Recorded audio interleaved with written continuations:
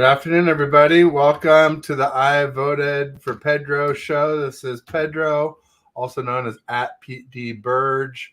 You may know him from Niners DNA. He's coming to us live from Sydney, Australia, coming to us from the future, where it's actually tomorrow, Tuesday morning, I believe 9 a.m., if I'm not mistaken. Pedro, how are you doing on this fine Victory Monday? I'm doing really well. Yeah, really happy with the performance. Obviously we'll get into this, but my quick summary is that, after the first 3 and outs, I was like, oof, could we be sliding back to those games when we lost those 3 in a row? But what I really saw was a little bit of a maturation process from Kyle and a really good bit of gameplay from Brock in terms of his development. Because he got over his nerves, because I thought he was very nervous when he started, and got into a rhythm and trusted himself and played a really great game, and his receivers and everyone else backed him up, and it was a great win. Just really good to shut those Philly fans up. Oh my God. Yeah, and those guys sometimes, just the way they carry on, and that we'll get to it. But that big dumb guy, he should be not ever to be on a sideline again. My God. No, yeah, putting hands on a player is not right. It's not what it's there for. There was no threat to Nick Sirianni or any of the Eagles staff. And even if there was, that's still not what he's there for. Yeah, no, that was wild. And I was worried it would get the Eagles fired up because we had been doing good things against them. But, we obviously came out and answered their score right away. So that was huge. I was not surprised to see the tush push, the brotherly shove, whatever we're calling it these days. But it was effective. It's really hard for anyone to stop that. And when that post came out about Goodell, wanting to examine that in the offseason and perhaps, make it illegal, you've heard me say quite a bunch, like, hey, this is football, not rugby. Get rid of it. I don't think has any place in a football game. Others disagree, and that's fine. That's, people can have different opinions, and there's nothing wrong with that. Real quick, let's get to some of the audience members here. We got James Durnall in the house coming to us from across the pond. Said Purdy is a top 3 QB in the league this year. How has he not now moved in? He has now moved into the elite conversation? I mean, he's been in the conversation for a while. I don't know if he's moved into the elite spot. I mean, I used to say elite was top 5, but with Burrow and Rodgers out, you kind of do have to be top 3 to be elite. I haven't done my ranking. I had him at 5 to 8 last week. So I'll probably bump them up 1 and just say 4 to 7 this week, a little bit later tonight. I usually wait till after Monday Night Football till all the games are played before I put out my weekly rankings. But we'll see. I mean, I'm definitely giving some thought. If you guys make good arguments, maybe I'll be ready to start throwing around the E word. There was somebody who talked about it further down in the comments. So let's get to that real quick. Red Jet Shell's in the house saying hello, chat. Hell of a win. Let's hand out some flowers. Ted Chat, what's good? Yeah, we should hand out some flowers. I mean, it was a great win. The defense played great. Offense took a little while to wake up, but once they did, 6 straight touchdowns. Pretty incredible. Hasn't been done by the Niners since, I think, Steve Young. Hasn't been done in the NFL since 2019. I guess the Ravens did it then with Lamar. But pretty unusual, and especially against a good defense. Like the Eagles, they're definitely missing their linebackers, but they have a great D-line. They're one of the better run defenses, and that usually gives the Niners fits. Teams with good run defense. I said that last week, that teams that can stop the run usually do well because most of our offense keys off the run. So are we just on that, their linebackers, have I heard correctly that they've signed Darius Leonard? Yeah, Shaq Leonard, he's going by now, but yeah, they just signed him first thing this morning. They signed him, so that's a big signing. Huge, especially with Cunningham out, and I forget their linebacker from Georgia. I'll bring up their depth chart again. I thought I was done with their depth chart, but I guess not. There we go. But yeah, even with Zach Cunningham back, or the other one is, I guess they're not. Wow, he's not even listed on here. So I guess he's got a bad injury if he's not even listed on the depth chart. But right now they've got Christian Ellis, who played yesterday. He made at least one nice play, but most of it was pretty bad. Nicholas Morrow is the other one, who's just a guy, basically. They had the young guy from Georgia. Let's see if I can look him up. Just while you're doing that, one of those things about the mobile quarterback giving us fits, and I think what Greg Olsen said on, and I've got some things to say about Greg Olsen after this. He said some pretty good stuff in regard to how, I think because of the overemphasis on the guys just rushing at the QB, there's no setting of the edge. And so he showed a really good example of Randy Gregory chasing him, where if he had stayed where on his assignment on the edge, he wouldn't have got around out of the pocket. So anyway, I think that's a really good thing for those guys to look at in the film room.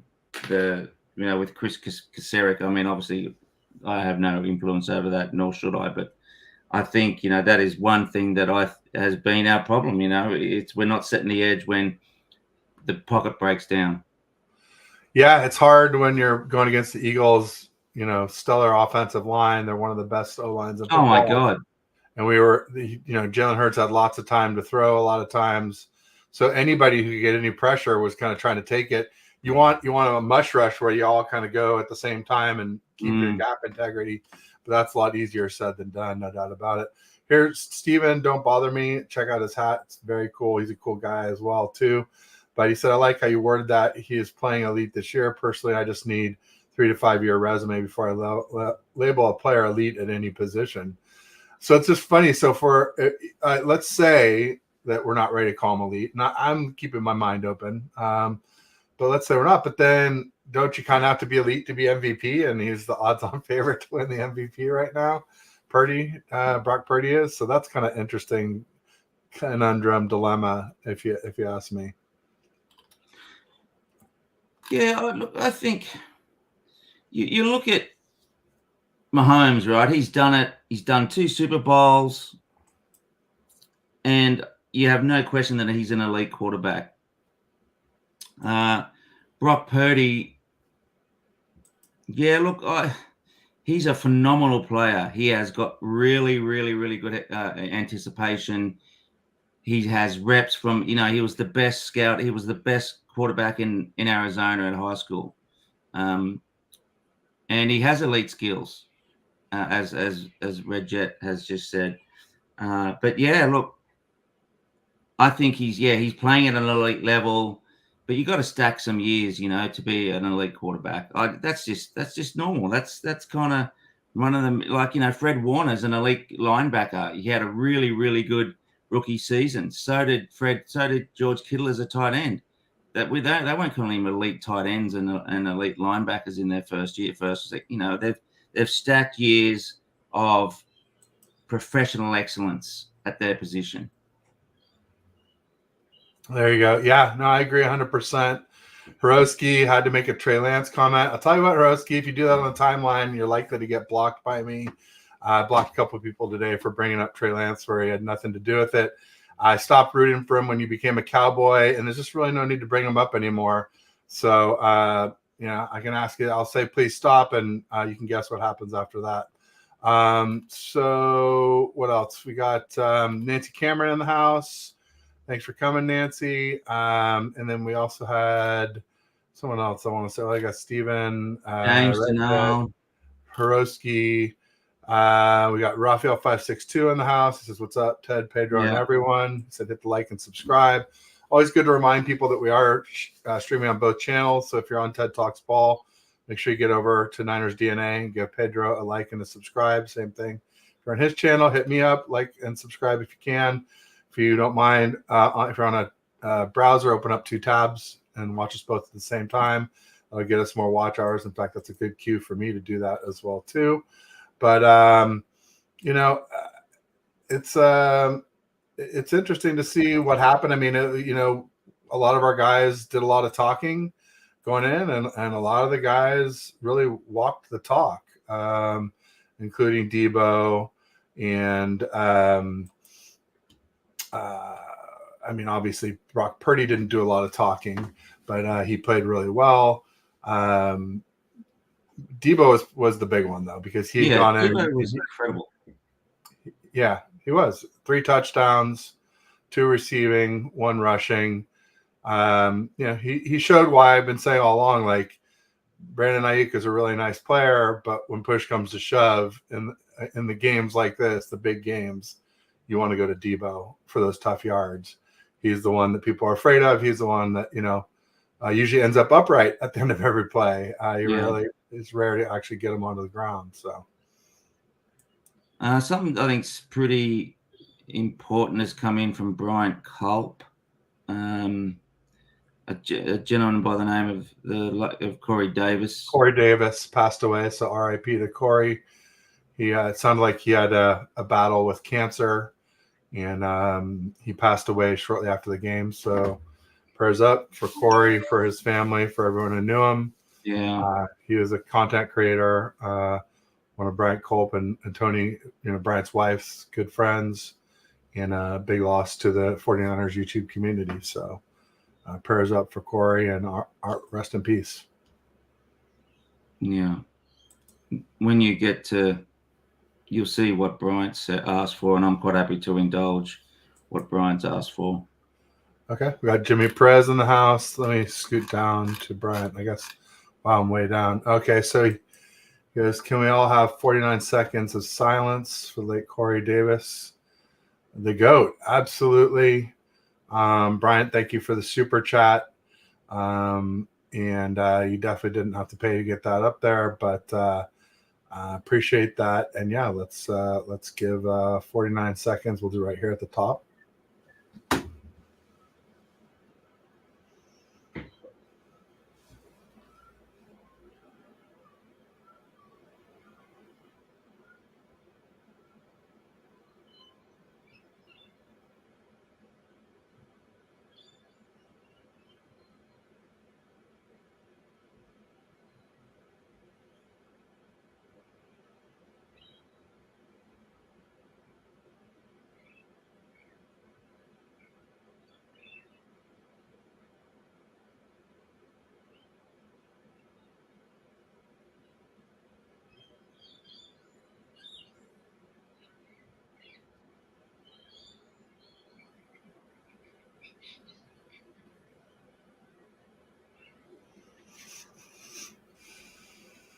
So thank you, Bryant, for doing that. Thank you, Corey, for being a member of the community.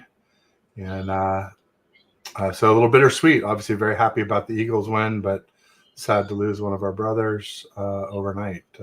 Always sad to hear that. I was sad to hear that he wasn't doing well, and sad to hear that he lost his fight. Hopefully, if there is some good news, maybe he's out of pain and at peace now. That he's passed on. So, here we go. Rest in red and gold bliss. Corey Davis, this one was for you. Absolutely. Bash saying hi to Michelle.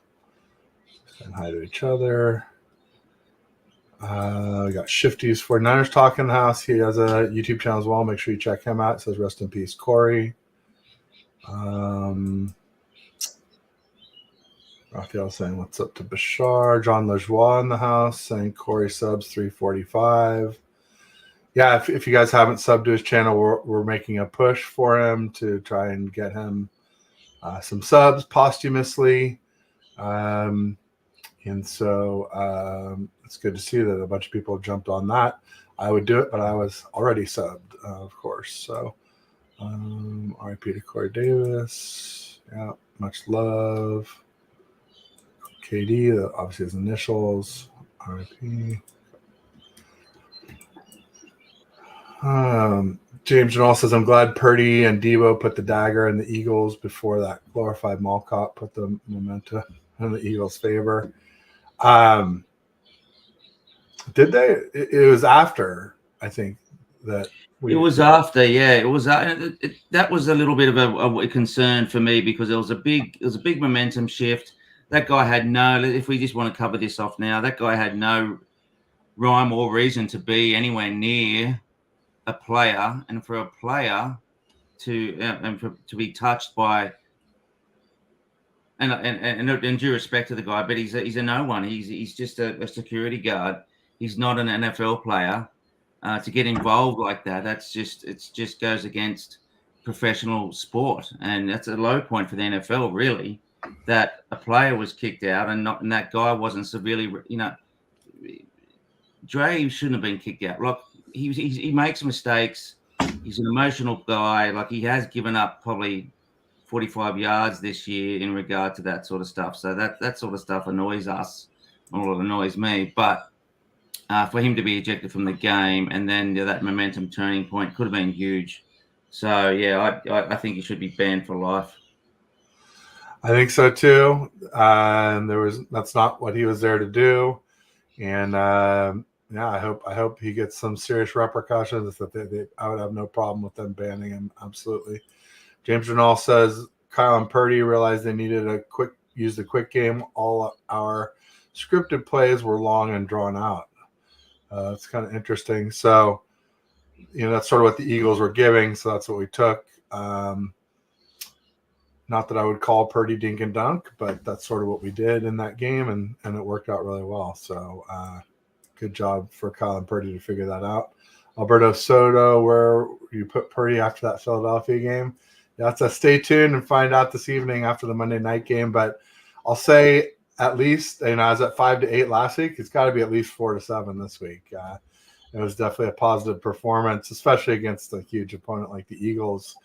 So at least 4-7, maybe a bit higher. We'll see. Purdy is in the second half was perfect, 158.3 passer rating. Yeah, I mean, when you're scoring TDs on every drive, it can't be too bad, right? 6 drives in a row. Incredible. Yeah, I think it was beautiful football. Like, what I really think too is that Kyle had a really great game yesterday. I think he could have gone into his shell, into his own shell, which he can tend to do in these big moments. But he really he calmed. I think he calmed the situation down. He got a nice little out route to 11 to one of my favorite, Brandon Ayuk, just to get us close so that we could get a first down and get us rolling down the field. I think he did things to help Brock get out of his nervous state, and that's what a coach has to do. And that lane block that he produced for Debo at the end of the game that was just poetry in motion. That was beautiful. That was football. That was really, really nice. It was great to see 100% Shifties. 49er talk brought up Nakobe Dean.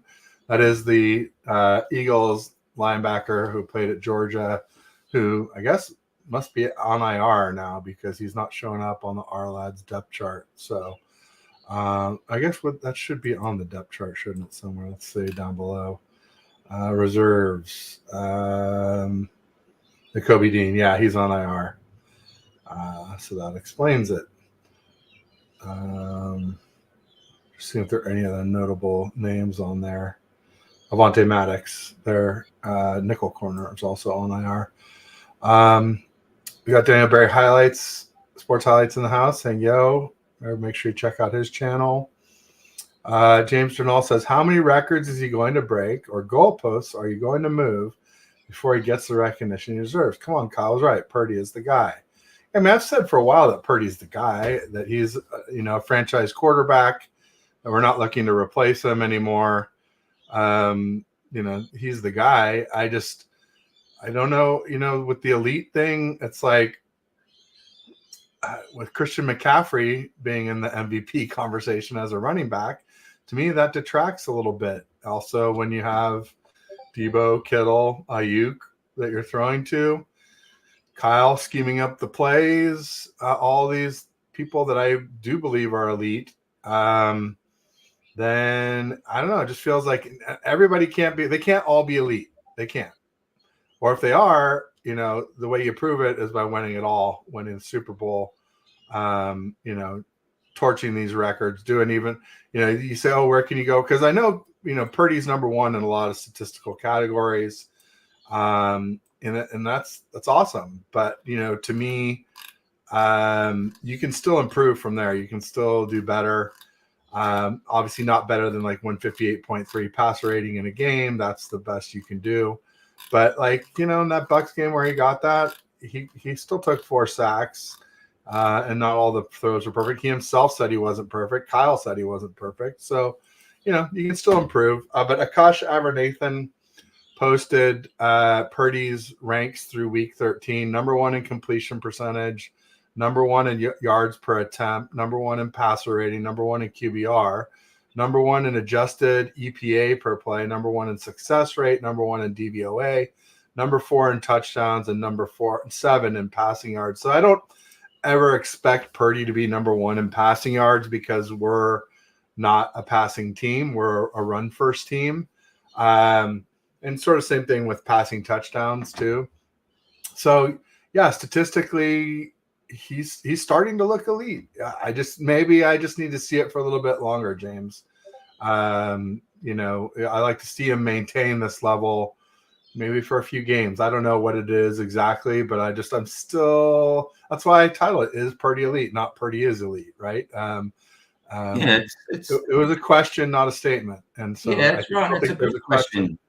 And the other thing too, and you would appreciate this, Ted, and look, it's smart thing. It's a smart question to pose in terms of, making this morning a great topic to talk about. But, it's, and I think sometimes we all can look at, we're sort of forgetting the forest because we're looking at, worrying about calling a guy elite, so he's playing in a way that is so superb for the Shanahan system, for the players around him. He's doing his job, and he knows it. He says it himself. He is so humble, and he doesn't talk it up, and he always said that he was not going to come here and I've got to right the wrongs and all that sort of stuff. And that's the other part about Brock that I absolutely love and adore about him, is that he is so humble.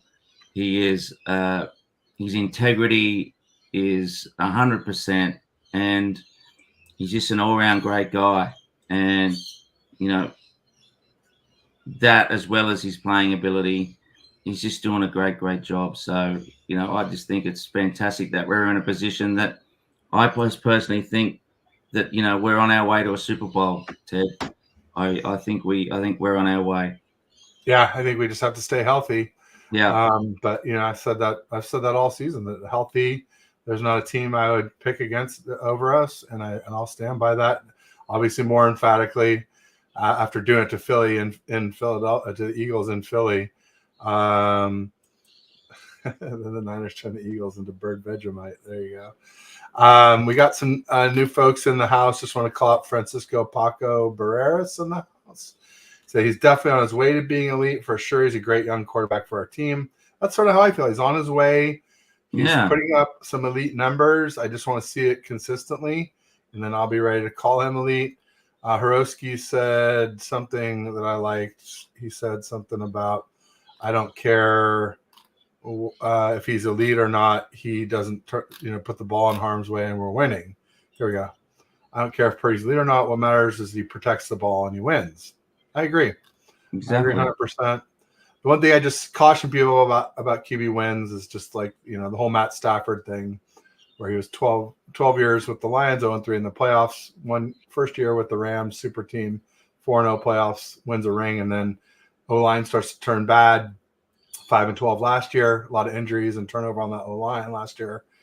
5-12. Now things are starting to stabilize again. Now they're 6-6. And that's largely without Cooper Kupp. So they could turn into a bit more of a force by the time we play them week 18, which is a little bit of a concern. Roski said I'm Purdy with is him. I definitely think Purdy is him between the ears. It's just, can the physical shell carry him where we need to go? It's starting to look like it. It's starting to look like that won't matter. The limited arm, limited height, limited top speed. I mean, he's throwing a good deep ball, which is most of what you want. I would love to see him throw some lasers into tight coverage and throw some lasers off of, off platform, but we're not going to get everything, and that's probably unrealistic. So what else we got? I think that kind of caught up going upwards here. I'm going to scoot down to the bottom and start working my way up again because I know I'm behind on the chats. I did just see Ryan from No Border Sports in the house, and we'll get to your chat in a moment. Randy Daytona in the house says, I'd love to see Brock compared to all those veteran QBs, to all these veteran QBs. Yeah, I mean, I think I just read off the list. There were no veteran QBs ahead of him in a lot of the categories. But, for like Mahomes and Josh Allen, I just say like they only have one elite weapon. So it's not quite as impressive when you've got the Avengers, right? You got the best group of weapons, Kyle calling the plays, and an O-line that's a lot better than advertised with Trent Williams. Whatever the rankings were going into this game, people were like, 20 in the 20s. I'm like, no, that's not right. This O-line is not that bad. And we saw that even against a great D-line like the Eagles. Bash says Brock Purdy, 4th in the NFL with most touchdown passes with 23. Yeah. Saw that on there. 4th in TDs, 7th in yards. Can Purdy get flowers for not getting phased with all the calls? He stayed on the assignment and no turnovers. Absolutely. Yeah. I thought there would be more turnovers in the game. I thought the Eagles might get one off us. I thought we might get 2 off them, but there really weren't any turnovers in the game. So that was kind of interesting. There wasn't from either QB, was there? He's been having a lot. So that was surprising. Jalen Hurts, the 4th year of this, and the first 2 were garbage. Yeah, I mean, I said a lot last week that I thought Hurts was better than Purdy. I don't think that anymore. At least not the other night. Purdy was definitely better Sunday afternoon here, evening there in Philly. For a guy, and this goes back to what Red Jet Shell said. He came into Lincoln Field at his young age, dealt with a hostile crowd, dealt with all the crap that was going on with the Dom and this, that, and the other, and he was cool. Well, after the first 2 drives, anyway, he was as cool as a cucumber. So he did his job, and that's why I like him, because that's how he talks. He's a tradesman. I do my job, and I do my job well, and everyone benefits from that. Yeah, no doubt about it. And it was interesting that somebody posted up the top passer ratings this season, the top 8 or something, and Purdy I think has like 4 or 5 of them, and Jalen Hurts isn't listed in there at all. So that was kind of interesting. I'll see if I can pull it up when we get a second here. But Red Jet saying my idea is Purdy and Purdy is him. People are pretty excited about that. I don't blame people for being excited about Purdy. Obviously, Almighty Finesse says Dom is a clown. Oh my God. Yeah, that guy, he deserves hopefully whatever harsh punishment he gets. I'm sure the NFL will come up with something, because that was a terrible look.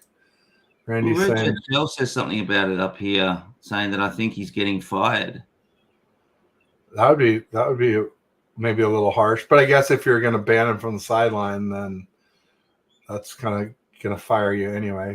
It's about the same thing. So, was that down towards the bottom? I'm just trying to see it.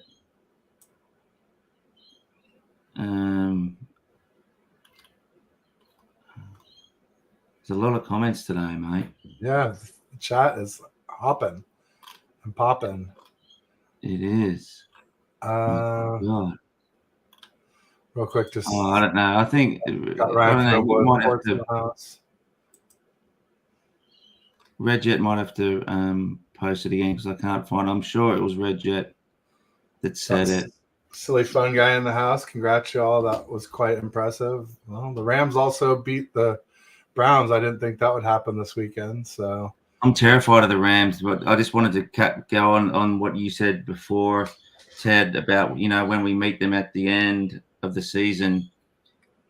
Man, they are looking pretty good. They are, it's McVay is confident. Puka Nakua's looking good.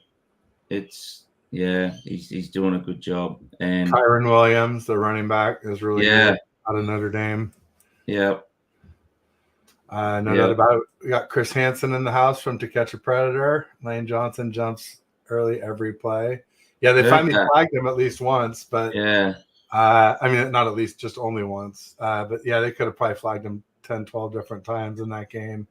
It was super frustrating. At least I didn't have to hear Greg Olsen say, "Oh, he's got the mind of a center this time." But he did say something about like he's in tune or so. Or some if we stay on Greg Olsen, how much was he riding Philly? Oh man, he was unbelievable. Yeah. I don't think if this happens again, this game, when they come back here or they play in San Francisco, I just don't know if. Sorry about my bad American accent. I don't know if they're gonna. It's going to be a different result. I just don't. I think they were the better team today. And then he was trying to say that, oh, you dropped the ball, and it's like, come on, man. Can you really, really not? You've got to be impartial when you're a commentator. Yeah, you do, and he's not, and it's clear. And I want to hear him cry the next time we beat the Eagles too, because I expect that we'll hear more of it. Let's see here. 3 and 5. I'm not sure what that is. Got Raised Wiki up in the house. Says, look at the third down passing. He was awesome. Yeah. Purdy was phenomenal on third down, and that's the make or break down for quarterbacks, obviously, to keep drives alive. And Purdy did that. Here we go. Dom Sargent of Fire talks abandoned in the process. Well, there you go. There you go. That's the one. That's probably what people were asking what Sirianni was apologizing to Kyle about at the end of the game. That's probably what it was. Randy Daytona hurts stinks. I don't know if I'd go that far, but he definitely had a tough game. And that must be a tough game. And and I said all along, if Purdy has the cushiest QB gig in the NFL, that Hurts is probably second most cushy. And maybe Tua's is starting to get a little cushier now that their defense is playing better. Now that they got Xavier Howard back, and Jalen Ramsey finally started playing some games and playing better after a few games. Is Jalen Ramsey back?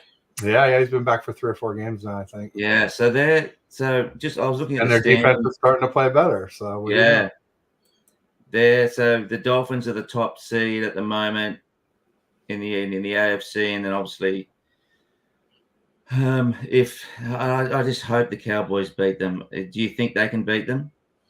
Can beat the Dolphins? No, the Cowboys. Sorry. Oh, beat the Eagles this weekend? Yeah. Yeah, absolutely they can. Do I think they will? Yeah, I mean, I don't know. I would still favor the Eagles over the Cowboys. Yeah. But Dak has a really good record against the Eagles. Yeah. And he's playing really well, and their defense is playing pretty well. I don't know. I think a lot will probably come down to how good can Shaq Leonard be by this weekend. Because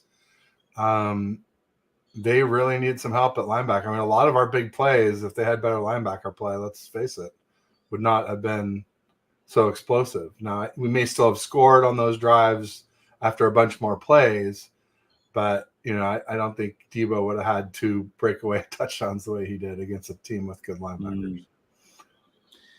Someone was saying Debo hit 22 miles an hour yesterday. No chance. Yeah, I heard it. Someone was saying it in the. I mean, that's Tyreek Hill and DK Metcalf territory. I know. Debo is quick, and Debo. I mean, maybe if GPS said it, who am I to argue? But I would be shocked if Debo was over 22 miles an hour. I just didn't think he ever got going that fast because he also gets caught from behind. But so we'll see. All right, Colt says Corey Davis, 347 subs. What's helping? That's good. Sideline Wilkes, Spire. I mean, Sideline Wilkes helped, but I think moving the corners up to the line of scrimmage was much bigger. In fact, when the Eagles got down to end goal on their only touchdown, where they did the tush push 2 times in a row, they had the ball around the 10-yard line, and we had Mooney Ward like 8 or 9 yards off the ball. I'm like, no, we can't do this. This is terrible. And sure enough, they threw it right to AJ Brown, and it was just pitch and catch because Mooney Ward wasn't in position to stop a short gain, and it ended up, he got a little yak, and it ended up being an 8-9 yard gain, and that's what set up the back-to-back tush pushes. So I think moving the corners up was probably maybe the biggest thing. Getting Isaiah Oliver out of there was huge, and getting Ambry Thomas in, he's been really good. Lenore's, but obviously he had that huge hit yesterday. He's been really good in the nickel, and then got a cameo from Pedro, and so getting Isaiah Oliver out, corners up, Isaiah Oliver out, and then obviously Chase Young joining the team has been huge. Sideline Wilkes, I think, has helped too, but I would put that as at least 4th on that list and not like near the top. Yeah, but I will admit I was wrong. I didn't think it would help at all, and the players all kind of said it did. So I'll. So listen to this stat. So 49ers had 46 pressures on Sunday. The Eagles had 16. Wow. That's from Lombardi. And Lombardi does love a stat. Read that one more time. So 49ers, 46 pressures, Eagles 16. And the rest of Lombardi's tweet says, and I quote, much was made about Philadelphia's advantage up front, but SF whipped them on both lines of scrimmage. And just to break that down, Nick Bosa 8, Chase Young 7, Armstead was 6, Kinlaw 5, Gregory 5. I'm going to go ahead and disagree on that. Cleveland Farrell. What do you mean? Well, just with David Lombardi, the guy's such a homer, like we did not whip them in the trenches. It's just Jalen Hurts held the ball forever, and we get these pressures 5-6 seconds after the ball snap. It's not all pressures are created equal. Yeah. So that's not from whipping their line. It's from our secondary was locking down their weapons, and they had no one to throw to, and then the line eventually got a pressure. Yeah. But it's not because we whipped their O-line, in my opinion. Well, you can imagine how Lombardi's waking up on a Monday after that win. He's got a skip in his step. He's got a pep in his coffee. He's loving life. He is, no doubt about it. So here's the stat. Randy Gregory said Purdy had 148 passer rating. Jalen Hurts has never gotten anything close. And then, like I said, Purdy had the top passer rating out of the top 8 passer ratings this season. Purdy had 5 of them, which is pretty incredible too. Purdy is elite QB doing his job. They're asking him to do better than any QB in the league. Let's take that late question one year at a time. He's elite QB this year. I mean, I'll say he's been playing elite, for at least since we've been winning again, since the losing streak's been over. But again, I want to see more of it before I say he's an elite QB. He's playing elite. I'll say that. 100%. Hopefully that'll make the people happy that are clamoring for that. I mean, he's definitely playing elite right now and has been for the last 4 games. Refs had to interfere and stop the massacre going on in the field. There you go. Get your damn hands off her, Biff. A little Back to the Future reference. Are the Eagles going to come out full of piss and vinegar against the Cowboys? Think the Cowboys are our best chance to get in the 1 seed? Fate in our hands then. Yeah. The only thing I worry about is the Ravens Christmas Day. That's a really tough team, really tough game. The only good news is they won't have Mark Andrews. He's out for the year. Yeah. But other than that, they got a great defense. Lamar's playing really well. And they have that huge rest advantage on us this year. -20 for us, +9 for them. That's by the end of the season. So may not be quite that bad Christmas Day, but most of that will be in the books by then. Can you give me that stat again, please, Ted? What's that? So they keep track of your rest days during the season. And the Niners are league worst, -20 rest days this season. And the Ravens are 4th in the league, 4th best. There's like a few that are like +12 rest days. I think it's the Bears, Jets, and one other team get 12 extra rest days this season, and or 12 more than the average. And we're 20 less than the average, and that's the worst. So by the time we play them Christmas Day, somewhere close to 29-day delta between our rest and the Ravens rest, and that catches up with a team by the end of the season. Rest is huge for keeping healthy and also just playing well in any given week.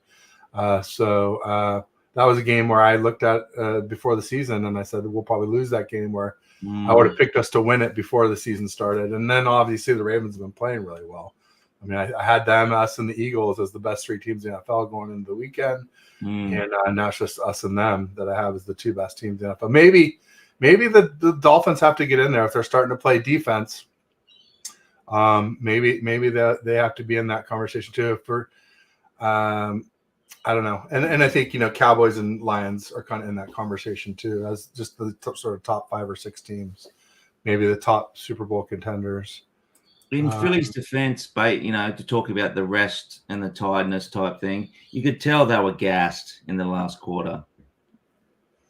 Yeah, no doubt about it. Yeah, I mean, they had a huge game against the Bills. Overtime. Yeah, overtime. I mean, I talked to 6 Eagles content creators, so I learned a lot more after we talked last week.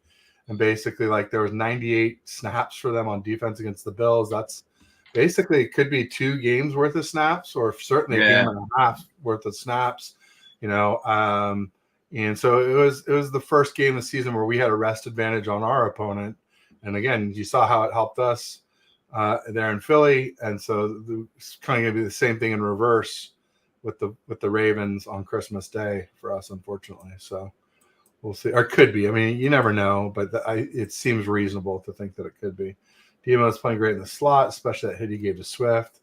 Yeah, that was a decleater crunch bird. Some people were saying it was a fumble, that it was a catch and a fumble, but nobody really recovered it anyway. So there you go. Yeah. Paul Blart is talking about that Dom guy, the mall cop. Everybody was great yesterday. I mean, I don't know if everybody was great, but it was there weren't a lot of weak spots on the team yesterday. I saw my guy who I love, Jair Brown. He missed a tackle. He missed that tackle, but it was almost one of those things where that's right. He kind of bounced off. Yeah, both. I think it was Dre Greenlaw that came round and made the tackle eventually. Yeah. But that was, I was like, how did you let him through? He's such a.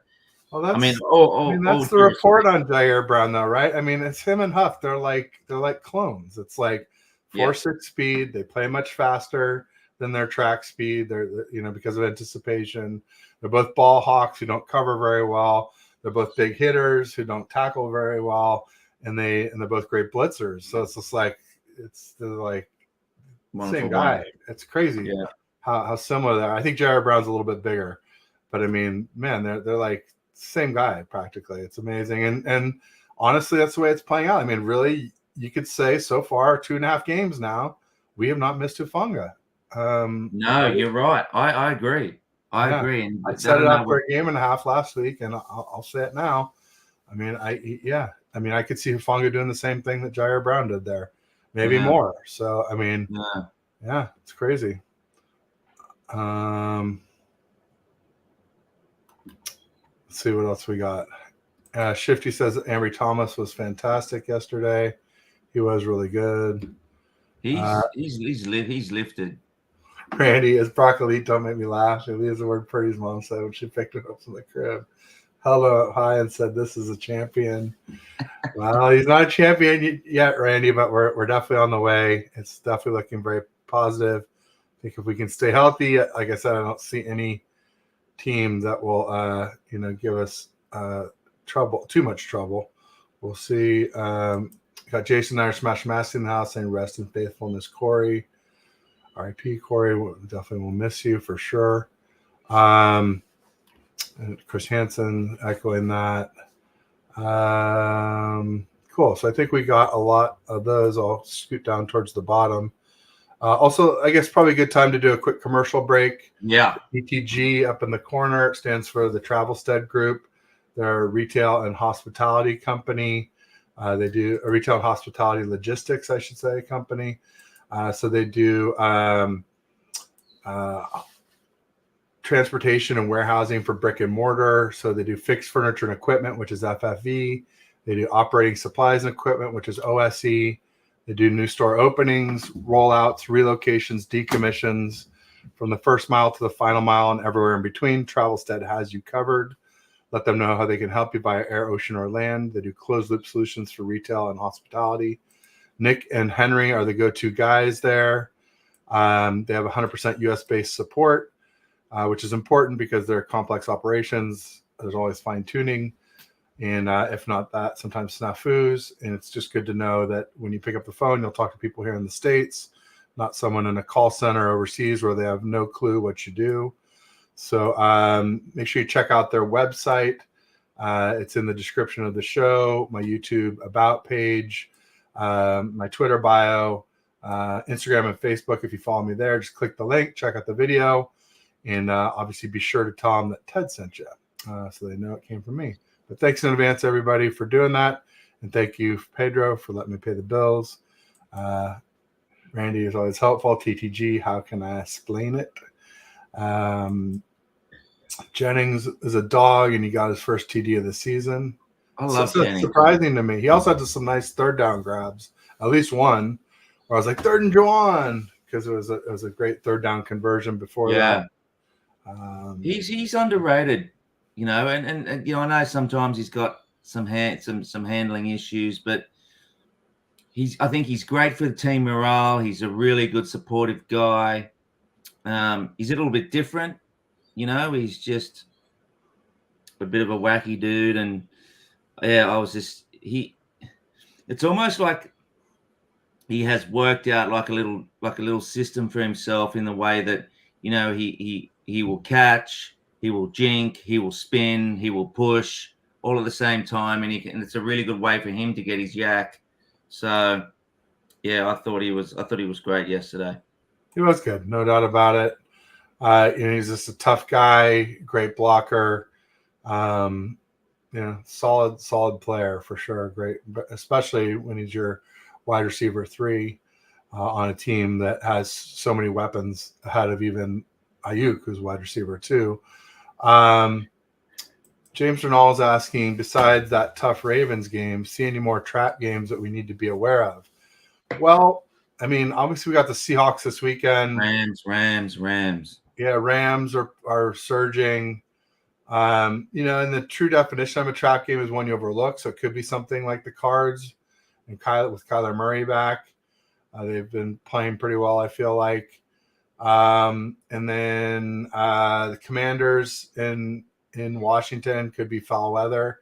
I mean, technically there was some mist yesterday, but I don't think that's the same as playing with a really rain-soaked ball. I expressed concerns about that last week when the weather report was for rain for yesterday, and I feel like we dodged a bullet with it being largely clear for the game. So, in fact, Pedro and I were comparing notes about that before the game. He DM'd me. He's like, "What's the weather report?" And I was like, "It looks pretty clear," and it turned out to be. So that was good. I mean, it was obviously like foggy or whatever, but it was not a lot of rain, just a little mist here and there.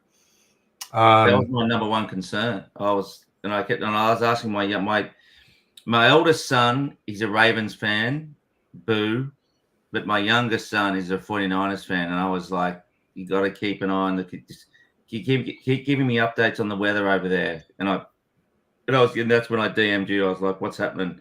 And then you were saying that it's fine for the game, but then I saw a camera shot with droplets on it. I was like, yeah, oh no. Yeah, the sky cam.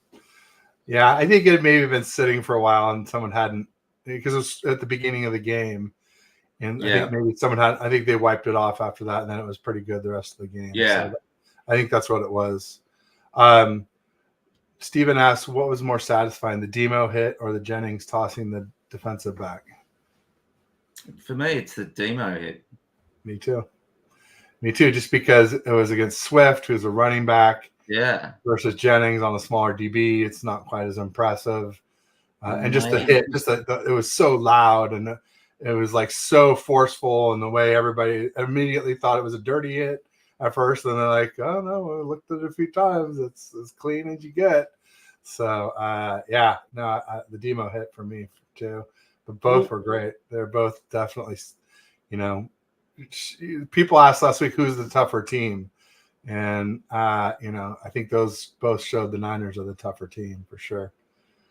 What about the Commanders? That, just to go back to James's question, that could be a little slippery one. Yes, absolutely. I mean, I will say, like, they traded Montez Sweat and Chase Young away, so clearly they weren't thinking that they were going to, do a ton. But any given Sunday, as they say, any team you overlook can be a trap game, especially if we are looking at the Rams, the next week.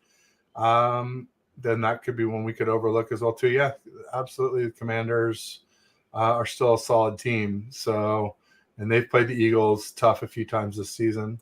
Sugar Knot in the house saying glad for Davis. He's paid his dues to make it. There you go. That's Kalia Davis. I got his sack, so that was nice for sure. Hopefully we see more of him. Like to see him. We talk about Jair Brown being a Huff clone. Kalia Davis is a DJ Jones clone. So hopefully he can live up to that kind of a hype or expectation. That's a lot. But someone like that is how you could maybe stop the tush push someday. If you get somebody low and heavy right there in the nose tackle, might work. Kinlaw has been playing better. Good for him to get the 2 sacks, but Lord knows you're not counting on him to get the low center of gravity, to be the low man or whatnot. Got to keep his frame of mind the rest of the way. Oh, Ross Dwelly out due to high ankle sprain. Oh man, Ross the boss. He must have happened on special teams. Yeah, I don't recall him being in on any regular plays, but maybe I never saw 82. But I don't know. Maybe he was. Dallas has more rest days than the Eagles. Sirianni has never won in Dallas. Yeah, so the Eagles are playing 2 teams coming off of Thursday games in a row. With us, Thanksgiving, Eagles played the Seahawks last Thursday night, so they get an extra few days rest on the Eagles too. That'll help them too. That's a good point, Raphael. Again, I'm not going to say that I would favor the Eagles, and let's see what Vegas is saying about that. I know for us with the Seahawks, we're favored by 10.5, which seems like a lot for a division rival. Wow. But remember last year. I guess it'll depend on Kevin Walker, or Kenneth Walker, I should say. So Cowboys minus 3.5. Cowboys are favored, folks, by 3.5 points. Wow. That's bigger than our margin. Yes, we were 3, but it's not, because we were favored by 3 at the Link. They're favored by 3.5 at Jerry's World. So we were favored by 6 minus 3 for home. They're favored by half. So they're actually favored by 5.5 less than us, if you believe in that 3-point.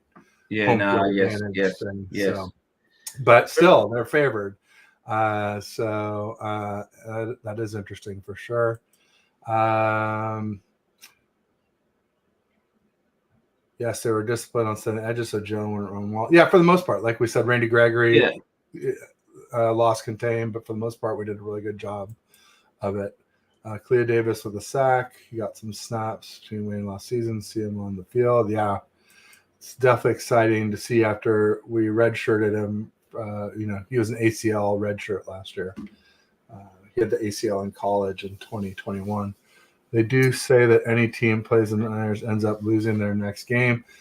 Yeah, I mean, they said that last year, Alberto, when basically every single team we played lost the next week except for the Chiefs, who didn't play the next week. They had their bye the next week, so they didn't lose on their bye, obviously. And then the Cards at the end of the season didn't lose next week because there was no game the next week. But they did fire their coach, so that's kind of like a loss. But yeah, the other 15 teams lost after they played us, and nobody won a game. So that has not held up this year, though. But I think the same idea holds up, that we're tough and physical, and people are gonna be beat up after they play us. I just saw Randy just a little bit further down. I haven't watched Nick Wright yet today, but I can't wait. Oh yeah, he should be eating his words big time. He's been having to eat a lot of crow about Brock Purdy, absolutely, and I expect there will be more because he just continues to make these outlandish statements, and people are gonna pull receipts on him, absolutely. So we'll see. I including his co-host. So he said, I will say the pressure wasn't great to keep Hurts in pocket. Was good. Only a few times Hurts was really good. Yeah, played with his feet. That's very true. Yeah. Offense scored TD on 6 consecutive possessions, which are the most consecutive TDs scored by any single team since '92. I thought it was 2019. I heard, but maybe my source was wrong. When even as a fan of the opposition team, you've got to be so deflated every time they get the ball, they score. Yeah, it was. That's how you just take somebody's will and crush it. No doubt about it. Brian says Corey Davis is up to 351. Outstanding. Do it, people. Very good. That's amazing. I still like Oliver, but he didn't belong in the slot. If you were playing where Ambry is now, he would be playing just as good. Maybe. That's all I'll say. I don't think he's going to be good against anybody fast. Brock breaking that tackle was amazing. Then he dropped the shoulder on some dude. Yeah, that was so good. That was really good. Skinny Debo. Man, he was running so quick. Maybe 22 miles per hour rolling downhill. Yeah. That's sort of what I thought. Debo's quick. I agree with the quick part. The fast part, I don't agree. But maybe that could happen.